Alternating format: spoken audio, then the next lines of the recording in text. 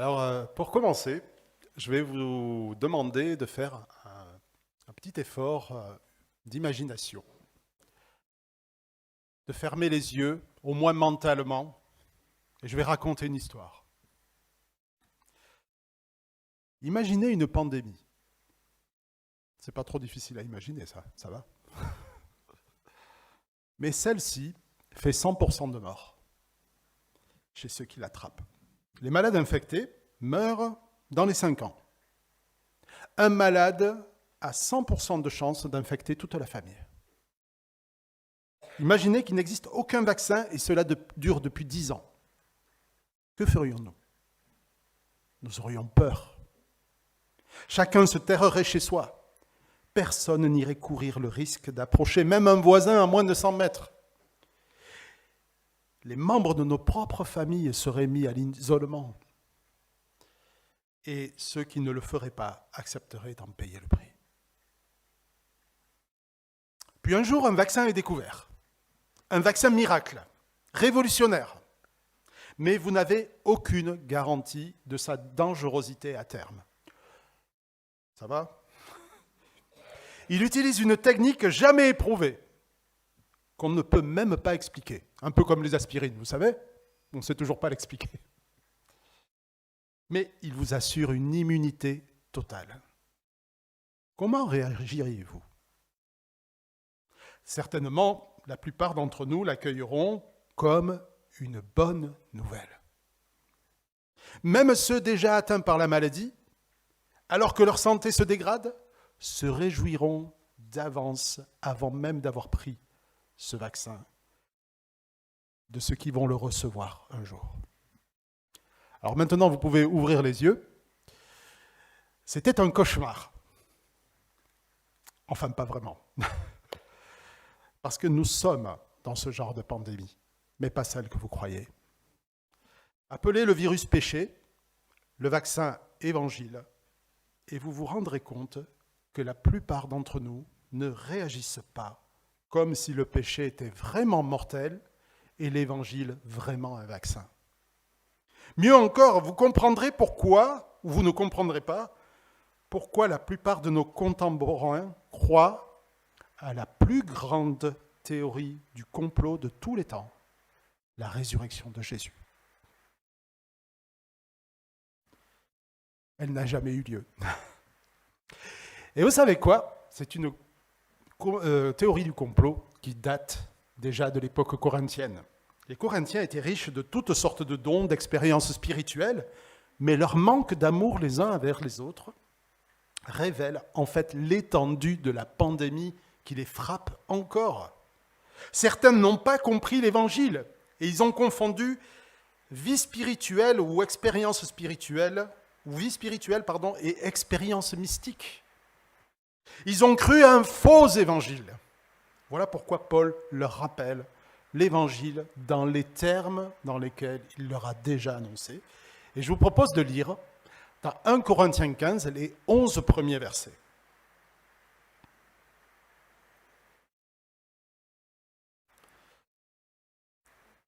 Frères et sœurs, je vous rappelle l'évangile que je vous ai annoncé. Je regarde juste la version, ok. Je vous rappelle l'évangile que je vous ai annoncé et que vous avez reçu et auquel vous demeurez attachés. C'est par cet évangile que vous êtes sauvés si vous le retenez tel que je vous l'ai annoncé. Autrement, vous auriez cru en vain. Je vous ai transmis comme un enseignement de première importance ce que j'avais moi-même reçu. Christ est mort pour nos péchés, conformément aux Écritures. Il a été mis au tombeau. Il est ressuscité le 3e jour, comme l'avaient annoncé les Écritures. Il est apparu à Pierre, puis aux 12. Après cela, il a été vu par plus de 500 frères à la fois, dont la plupart vivent encore aujourd'hui. Quelques-uns d'entre eux seulement sont morts. Ensuite, il est apparu à Jacques, puis à tous les apôtres. Et en tout dernier lieu, il m'est apparu à moi comme un enfant né après terme. Oui, je suis le moindre des apôtres, je ne mérite pas de porter le titre d'apôtre, puisque j'ai persécuté l'Église de Dieu. Ce que je suis à présent, c'est à la grâce de Dieu que je le dois. Et cette grâce qu'il m'a témoignée n'a pas été inefficace. Loin de là, j'ai peiné à la tâche plus que tous les autres apôtres. Non pas moi, certes, mais la grâce de Dieu qui est avec moi.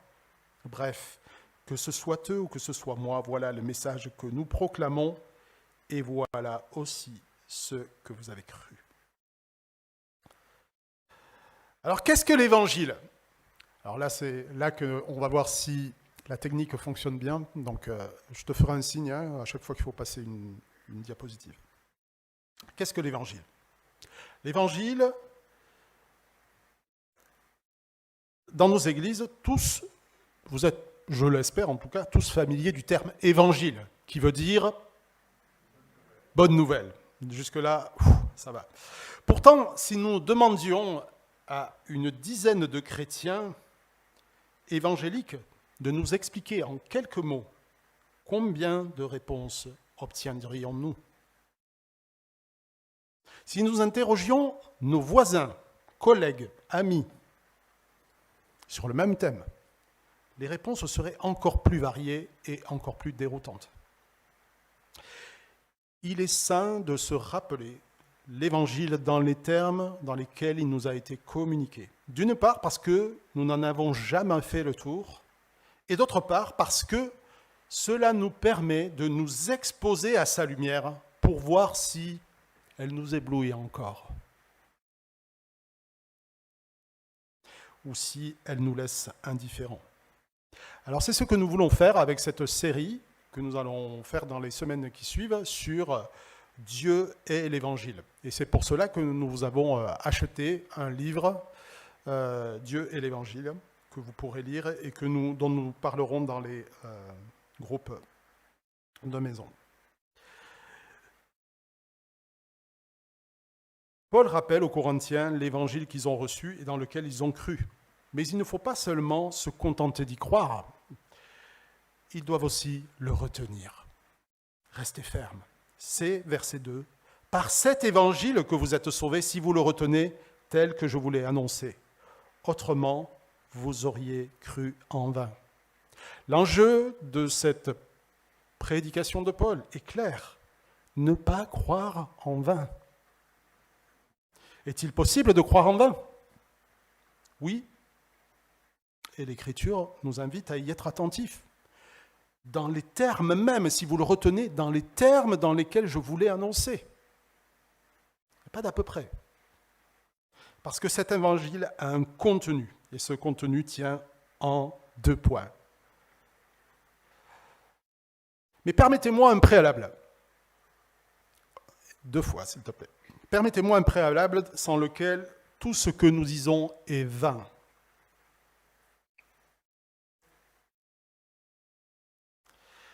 Le préalable, c'est le suivant. Paul dit à plusieurs reprises « selon l'Écriture ». L'Écriture valide l'Évangile, car elle l'a annoncé à l'avance. C'est ce que dit Paul. L'Écriture doit être crue. Ce n'est pas à l'Écriture de passer au crible de nos opinions, mais c'est à nos opinions de passer au crible de l'Écriture. Voilà l'attitude qu'il nous faut observer lorsque nous nous en approchons. Si nous avons des doutes sur l'authenticité des évangiles, il sera très difficile de croire à l'évangile avec un grand E. La foi que nous professons, elle est enracinée dans l'histoire. La croix et la résurrection sont attestées par autant de preuves qu'il est possible. Les versets 3 à 8 de notre texte invitent les Corinthiens et nous-mêmes à examiner les preuves. Il n'existe aucun fait de l'Antiquité qui soit autant attesté que la mort et la résurrection de Jésus-Christ. Il faut le rappeler, nous n'avons pas à avoir honte de le croire. Il y a des faits que nous avons dans des livres d'histoire, mais j'en ai déjà parlé il y a quelques mois, qui sont moins attestés que les faits concernant la résurrection de Jésus. Alors, ayant posé ce préalable, voyons le premier point central de l'Évangile, qui est la croix. Tout évangile qui éluderait la question, tu peux passer la diapositive, tout évangile qui éluderait la question, et en particulier le fait que Jésus est mort pour nos péchés, est une fausse bonne nouvelle. le texte nous dit, il est mort pour nos péchés selon les Écritures. La mort de Christ n'est pas un point de détail. L'expression selon les Écritures, en plus de valider que la Bible le valide, nous indique que Dieu avait décrété et voulu la croix pour le salut de quiconque. La croix n'est pas un événement fortuit qui échapperait au plan de Dieu. Il faut le rappeler. Jésus donne sa vie conformément à la volonté du Père. Et c'est même ce que dira Pierre dans son premier discours. Cet homme livré selon le dessein arrêté et selon la prescience de Dieu, vous l'avez crucifié. Vous l'avez fait mourir par les mains impies. Le Père l'a voulu, bien que les hommes en soient responsables. Mais cette bonne nouvelle, nous attend à un carrefour incontournable, sans quoi nous aurions cru en vain. Notre péché crée un gouffre entre Dieu, le Père, et nous. Que notre conversion soit spectaculaire et précise au point de donner, vous savez, il y en a certains qui savent donner la date, l'heure, le lieu, presque à la seconde. Ou bien que nous ayons connu un chemin plus progressif, il y a un passage obligé, celui où nous en arrivons à désespérer de nous-mêmes, au point de reconnaître que nous sommes pécheurs et perdus. Quelqu'un qui ne se sent pas malade ne peut pas chercher de médecin. Il trouvera toujours une raison de ne pas prendre ce vaccin parce que sa maladie n'a aucune réalité à ses yeux. Et il n'existe pas de personne plus malade que celle qui se croit en bonne santé.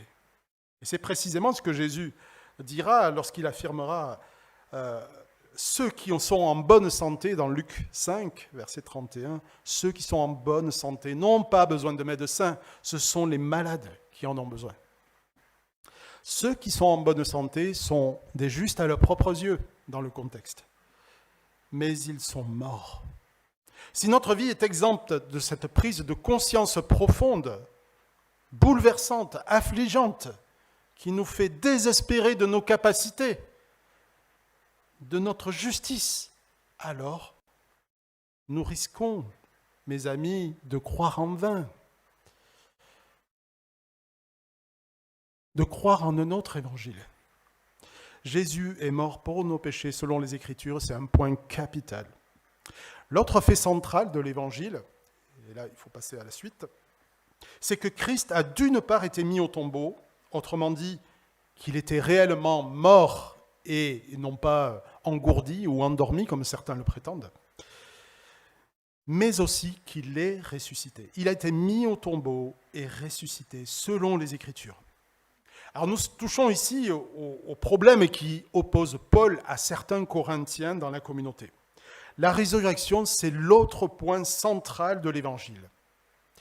Pourquoi ? D'abord parce que si Christ, dira-t-il un peu plus tard, si vous avez votre Bible ouverte à 1 Corinthiens 15 au verset 17, si Christ n'est pas ressuscité, votre foi est une illusion et vous êtes encore sous le poids de vos péchés. Que vous le ressentiez ou pas, vous êtes encore sous le poids de vos péchés. En effet, nous sommes justifiés parce que nous mettons notre foi dans un homme qui est le Fils de Dieu, qui a été mis à mort pour nos fautes. S'il n'est pas ressuscité, il n'est pas le Fils de Dieu, mais c'est un imposteur. Et son sang versé n'a aucune valeur pour racheter quiconque. Tout au plus est-il mort pour ses idées. C'est un bel exemple. Et malheureusement, certains prêchent cela. La seconde raison pour laquelle la résurrection est centrale, c'est qu'elle valide toutes les promesses de Jésus à venir. Et elle annonce la résurrection. C'est ce que nous attendons, la résurrection des corps. Pas un paradis dans lequel nous flotterons dans l'éther, mais c'est une résurrection des corps avec un nouveau corps, une nouvelle terre dans laquelle la justice régnera. C'est là notre espérance. Si c'est seulement pour la vie présente, dira Paul aux Corinthiens, que nous avons mis notre espérance en Christ, nous sommes les plus à plaindre des hommes. Si l'Évangile, autrement dit, si l'Évangile ne sert qu'à nous procurer une vie meilleure ici-bas, nous sommes à plaindre, parce que nous montrons ainsi que nous tenons plus à ce monde qui court à sa perte, plutôt qu'au royaume à venir.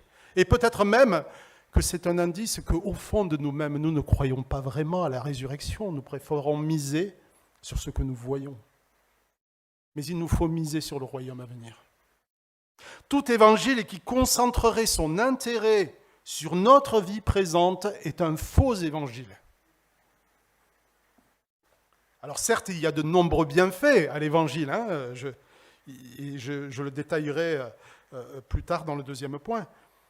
Pour le temps présent, suivre Christ procure des bienfaits, mais Jésus n'est pas venu améliorer nos conforts terrestres. C'est même parfois le contraire. L'héritage de Christ comporte son lot de difficultés et de souffrances dans le temps présent. Jésus n'est pas venu éviter ce passage obligé, si nous voulons marcher à sa suite du moins. Et Paul dit de lui-même qu'il a peiné à la tâche dans notre passage, plus que tous les autres, par la grâce de Dieu. Et ailleurs, dans l'Épître aux Romains, au chapitre 8, verset 17, « Puisque nous sommes enfants, nous sommes aussi héritiers de Dieu et co-héritiers de Christ, puisque nous souffrons avec lui pour avoir part à sa gloire. » Donc c'est une réalité que nous ne devons pas occulter. C'est même une réalité dans laquelle il encourage Timothée, son fidèle collaborateur. Souffre avec moi pour l'évangile. N'aie pas peur de la souffrance. Ça en fait partie. C'est ce que signifie pour nous prendre sa croix. Le centre de l'évangile est la croix, et la résurrection de Jésus-Christ. Tout évangile annoncé à quiconque qui ne découle pas de ce message court le risque de présenter soit un évangile au rabais, ce qui est une autre manière pour moi de dire un autre évangile. Ayant fait ce rappel, alors qu'est-ce que cela change pour moi aujourd'hui ? Peut-être que vous entendez cela depuis trop longtemps. Alors cette semaine, j'ai eu une discussion avec plusieurs collègues. On a repris contact après la rentrée. Et l'un d'eux a dit une phrase qui m'a touché. Il n'existe pas de cœur plus dur que celui qui entend l'Évangile depuis des années et en reste blasé. Dans mon cœur a résonné cette prière dans les heures qui ont suivi. Ô Seigneur, garde-moi d'être blasé, de ne plus être bouleversé par ton Évangile. Et vous savez, l'Évangile peut nous avoir touchés un temps, mais au final, aujourd'hui, nous laisser indifférents. Tout au plus, nous rassure-t-il en nous promettant une vie éternelle quand nos proches disparaissent. L'Évangile peut nous rassurer que Dieu nous aime quand nous nous sentons seuls et abandonnés. L'Évangile nous annonce aussi que Dieu nous écoute quand nous avons des difficultés relationnelles, professionnelles, financières, etc. Toutes ces attentes sont légitimes, mais si l'Évangile ne sert qu'à cela, nous passons à côté de l'essentiel. Pour reprendre l'illustration du départ, que penser de quelqu'un qui, une fois l'émotion de l'arrivée de ce vaccin dissipée, le laisserait sur la table de peur que ça fasse mal ou que cela change son ADN. Peut-être même pense-t-il qu'il n'en a pas besoin parce qu'il est déjà immunisé. Tout d'abord, nous avons, pour répondre à cette dernière phrase, nous avons chaque jour besoin de l'Évangile. Pas seulement le jour où nous avons cru ou été baptisés. Prendre le vaccin de l'Évangile peut faire mal, pour répondre à la deuxième question. Oui, ça peut faire mal, parce que cela nous confronte chaque jour à la réalité de nos cœurs pécheurs. Mais cela nous rassure aussi, parce que nous recevons la grâce de Dieu lorsque nous reconnaissons notre petitesse, notre faiblesse. Prendre le vaccin de l'Évangile, mes chers amis, va changer notre ADN spirituel. Et oui, et cela sert même à cela. Cela nous amènera à faire des choix en faveur du royaume à venir et non pas en faveur de ce royaume. Mais vous savez quoi? Nous le ferons avec joie si Christ est au centre de la bonne nouvelle que nous avons reçue. L'Évangile n'est une bonne nouvelle que s'il sert à nous transformer et à nous préparer à la gloire de Dieu. Il n'y a que là qu'on peut le ressentir.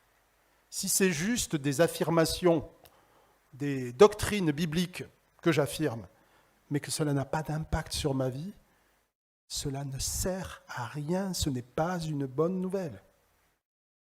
Il n'est pas une bonne nouvelle s'il ne sert qu'à améliorer notre vie ci-bas, nous donner de nouveaux amis pour regarder les matchs de foot, une bière à la main, ou que sais-je, pour parler de chiffon. C'est dans cette vie-ci que nous devons apprendre à nous délecter de l'Évangile et de la gloire de Dieu. L'Église, mes chers amis, sert à cela. La croissance en Christ consiste à saisir et approfondir le sens de ces vérités que l'on pense déjà connaître. Voilà pour le centre de l'Évangile. 2 points. On pourrait encore évoquer d'autres éléments, mais là, nous avons les 2 points essentiels. Et je ne peux pas faire trop long non plus. Voyons maintenant, c'est le 2e point, quels sont les bienfaits de l'Évangile. Il y en a beaucoup, il y en a de nombreux. Et je vais juste m'en tenir à 3 qui sont évoqués dans le texte que nous avons là. Certains sont évidents, d'autres un peu moins, mais il me faut les aborder. Un premier bienfait évoqué dans notre passage est porté par ce verset qui a été lu plus tôt. Christ est mort pour nos péchés. Il s'agit en théologie de ce qu'on appelle la justification. Ceux qui ont à cœur l'amour de la vérité font face un jour ou l'autre à ce constat affligeant du gouffre qui persiste entre les exigences d'un Dieu saint et celui qui est révélé dans la Bible en tout cas, et leurs nombreuses désobéissances. La Bible parle en des termes forts et choquants. Elle déclare que tant que nous ne connaissons pas Dieu, nous étions des enfants de colère. Nous étions ses ennemis. Mais dans son grand amour, face à ce constat cuisant du péché qui nous enveloppe si facilement, Dieu donne une solution. Ça a déjà été évoqué dans la première partie. Cette solution, c'est que son propre Fils va subir à la croix la colère de Dieu à notre place. Il paye le prix, il paye la rançon, nous l'avons chanté tout à l'heure, pour nous racheter d'une condamnation éternelle. Dit comme ça, oui, peut-être l'avez-vous entendu des centaines de fois, mais c'est extraordinaire. Et un jour, nous nous rendrons compte à quel point nous avons été négligents face à ça. On appelle cela, le fait qu'il paye le prix à notre place, c'est ce qu'on appelle la substitution pénale ou la grande transaction pour certains. Mais il ne fait pas seulement cela, il nous a aussi imputé sa justice. Dans 2 Corinthiens 5, 21, on voit ce verset qui est très fort de sens, qui dit la chose suivante. Celui qui n'a pas connu le péché, Dieu l'a fait devenir péché pour nous, afin qu'en lui, nous devenions justice de Dieu. Il y a un grand échange. Sa justice contre notre péché, il lui prend le péché. En Christ, nous n'avons plus à craindre le jugement, ni à douter de ce que le Seigneur nous fasse parvenir au salut. Nous sommes vus justes, quoi que nous en pensions. D'ailleurs, mieux vaut, je l'espère pour vous, que cela vous étonne jour après jour. Sinon, cela montrerait que nous avons perdu cette conscience du péché. Et ce n'est pas bon. Être justifié, c'est le besoin le plus important de toute l'humanité. Pour ceux qui ont cru dans le sacrifice parfait de Christ, c'est une source extraordinaire de réconfort et d'assurance. Et pourtant, ce n'est pas l'essentiel. C'est juste un préalable. La conséquence de la justification nous amène à un deuxième bienfait, évoqué dans le passage. Ils tiennent dans ces trois mots, « Vous êtes sauvés », verset 2. Vous êtes sauvés. Mais sauvés de quoi? Du jugement à venir. Sauvés de l'enfer. Parce que Jésus reviendra juger les vivants et les morts. Il viendra juger cette terre. Vous savez que même le Coran le dit. C'est pour dire. D'ores et déjà, la mort est en elle-même un pré-jugement qui anticipe ce jugement final. Chaque homme vit, là je reprends les termes de Henri Blocher, théologien français assez connu, encore vivant, encore contemporain. Chaque homme vit une sorte d'apocalypse pour son propre compte. La Bible nous rappelle qu'après la mort vient le jugement. Il n'y a pas de rattrapage, s'il fallait le rappeler, qu'on l'appelle purgatoire ou autre.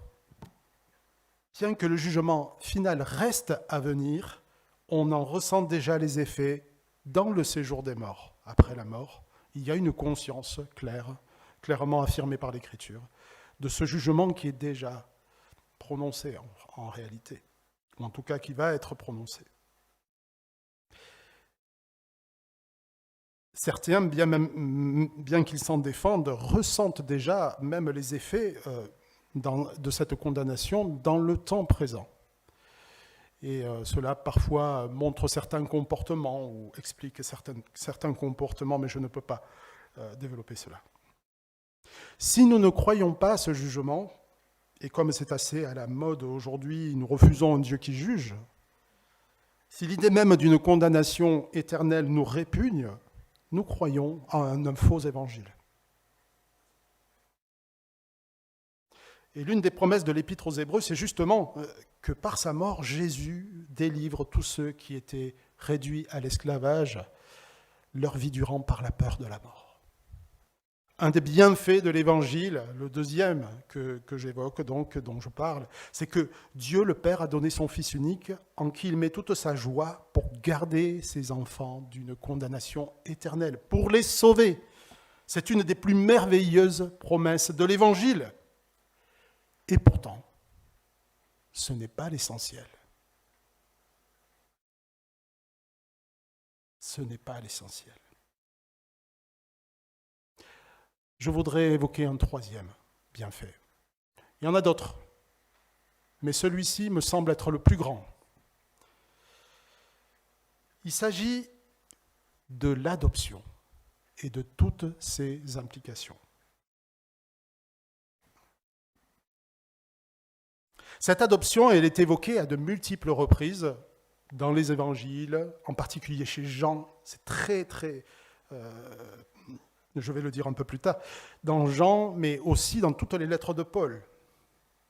Cette adoption est évoquée aussi dans notre texte. Alors, il se considère lui-même comme un enfant né après terme, littéralement un avorton. Mais ce n'est pas très très joli, un avorton. Alors dans nos Bibles un peu moins littérales, on dirait un enfant né après terme. Mais il se considère lui-même comme un enfant, parce qu'il est né après coup. Un des nombreux versets clés de cette adoption, c'est en tout cas celui qui me paraît être le plus fort, mais bon, c'est celui que nous trouvons dans Jean au chapitre 1, verset 12. Certains, pourtant, ont accueilli la parole, celui qui est la parole. Ils ont cru en lui, et à tout cela, il a accordé le privilège de devenir enfant de Dieu. Alors, il y a un ouvrage que ceux qui ont participé au week-end dernier, j'ai mal fait ma phrase. Vous avez entendu parler, si vous avez participé au week-end dernier, de cet ouvrage de James Packer, « Connaître Dieu ». Il dit la chose suivante de l'adoption. Dans l'Antiquité, seuls les adultes étaient adoptés, parce qu'ils étaient reconnus capables de perpétuer dignement le nom de famille. Mais Dieu, lui, nous adopte uniquement par amour, et non parce que notre conduite ou notre caractère prouverait qu'il nous trouve dignes de porter son nom. C'est même en dépit de notre indignité qu'il nous adopte. L'adoption nous révèle la grandeur de la grâce de Dieu. Et si vous avez lu ce texte, si vous relisez ce texte de 1 Corinthiens 15, vous verrez combien la grâce est importante pour Paul. Par la grâce de Dieu, je suis ce que je suis. Cette grâce, c'est au verset 10, cette grâce a fait dire à Jean, voyez quel amour le Père nous a témoigné pour que nous soyons appelés enfants de Dieu.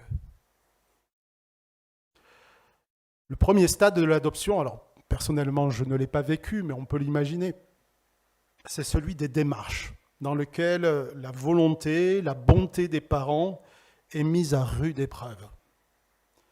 Mais quand ce parcours du combattant et ce choix libre d'aborder un enfant a été éprouvé, eh bien, ce n'est que le début, parce que vient désormais le temps où, lorsque l'enfant est légalement le vôtre, il reste à éveiller son affection en lui manifestant votre affection. Vous l'avez aimé avant de l'avoir connu. Et cet amour doit maintenant être prouvé par les gestes en face de cet enfant que désormais vous connaissez. Et c'est ainsi que Dieu agit envers nous. À mesure que nous apprenons à le connaître, cet amour grandit. Et c'est là l'œuvre de l'Esprit qui déverse l'amour du Père dans nos cœurs. Je développerai ce point la semaine prochaine, mais pour l'heure, retenons cela. L'Esprit Saint nous témoigne que nous sommes ses enfants. Et l'Esprit Saint fait grandir notre amour, jour après jour. Cela produit du fruit, cela produit une repentance. Ça fait partie du salut, la repentance, j'en ai pas parlé, mais on en parlera. Je vous donne rendez-vous à l'étude biblique jeudi. On va parler de repentance, ça fait partie du salut. Mais l'Esprit Saint, l'amour du Père, produit une repentance, un désir de mieux le connaître et de lui plaire dans tous les domaines de notre vie. C'est le fonctionnement naturel de tous les enfants. À l'aide de ce passage, j'aurais pu prêcher que nous devons croire à l'Évangile, nous devons le proclamer et tenir ferme. Mais ce n'est pas l'Évangile. Ce n'est pas l'Évangile. Toutes ces choses deviennent naturelles si le Père fait vraiment nos délices par l'amour que déverse l'Esprit Saint dans nos cœurs. Si un enfant se contentait de savoir qu'il est aimé et pardonné, mais continuait à désobéir sans que cela ne le touche, ne serait-il pas ingrat ? Alors je sais, les parents savent qu'on vit ça tous les jours. Mais on vit aussi quelque chose de bien parfois, c'est qu'un enfant qui a été pardonné, qui aime vraiment son père, cherchera à lui plaire. C'est assez naturel chez les enfants. Parce que le pardon accordé décuplera l'amour et l'admiration qu'il aura pour lui. En tout cas, entre nous et notre Père, c'est ainsi que cela fonctionne. C'est ainsi qu'agit le salut. Il ne se contente pas d'être justifié, sauvé de la colère, mais à cause de l'amour du Père, il cherchera à lui plaire chaque jour plus, parce que la grâce agit en lui.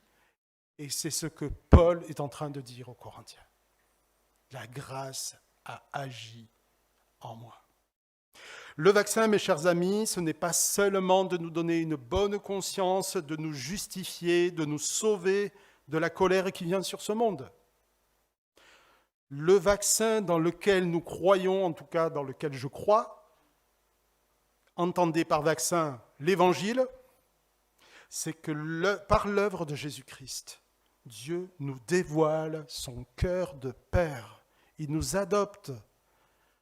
Et comme le fait Paul dans plusieurs de ses lettres, eh bien, je voudrais que nous nous encouragions, comme je l'ai fait il y a 3 ou 4 semaines à propos de la prière, nous encourager à prier pour que nous connaissions mieux et toujours mieux le cœur du Père. L'évangile, la bonne nouvelle, c'est que nous sommes sauvés, justifiés, réconciliés avec le Père, pour que nous le connaissions encore et toujours plus comme notre source ultime de joie. Que nous puissions le connaître au point même que dans l'adversité, calomnié, inconsidéré, abandonné, humilié, découragé et peinant à la tâche, nous arrivions à être satisfaits en lui. Voilà le but de l'Évangile. Voilà le bienfait plus beau de l'Évangile. Être satisfait en lui. C'est pourquoi l'Évangile est Dieu. Il nous offre l'accès au Père plein d'amour. Il nous donne le privilège de trouver notre joie en lui. La vie éternelle, rappelez-vous la prière sacerdotale de Jean 17. La vie éternelle, dit Jésus, c'est qu'ils te connaissent, toi, le seul vrai Dieu, et celui que tu as envoyé, Jésus-Christ. Êtes-vous arrivé à ce stade-là? Alors si oui, vous n'avez pas besoin de vaccin ni de médecin. Sinon, eh bien, avancez avec moi, avançons ensemble, chers frères et sœurs, tant que nous pouvons dire aujourd'hui, en laissant en arrière ce que nous avons été, ou ce que nous pensons, ou ce que nous croyons avoir été, mais en courant de toute notre énergie vers ce qui est devant. Dieu est l'Évangile, car Dieu ne peut rien nous promettre de plus grand et de plus beau que lui-même. Voilà le bienfait le plus beau de l'Évangile.